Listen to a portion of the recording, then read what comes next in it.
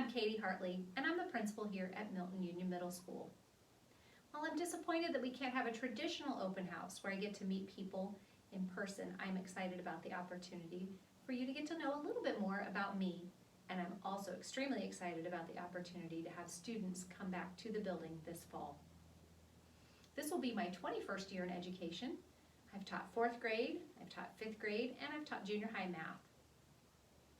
I went to Wright State for my undergraduate degree and have a bachelor's degree in elementary education, and I also have a master's degree from Wright State in educational leadership.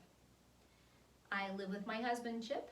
We have 2 sons, Keegan, who is 21 and is attending University of Cincinnati, and Liam, who is 12 and is an 8th grader here at Milton-Union Middle School.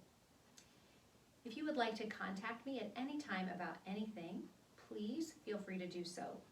You can email me at hartleyk@muschools.com, or you can call the office at 937-884-7930.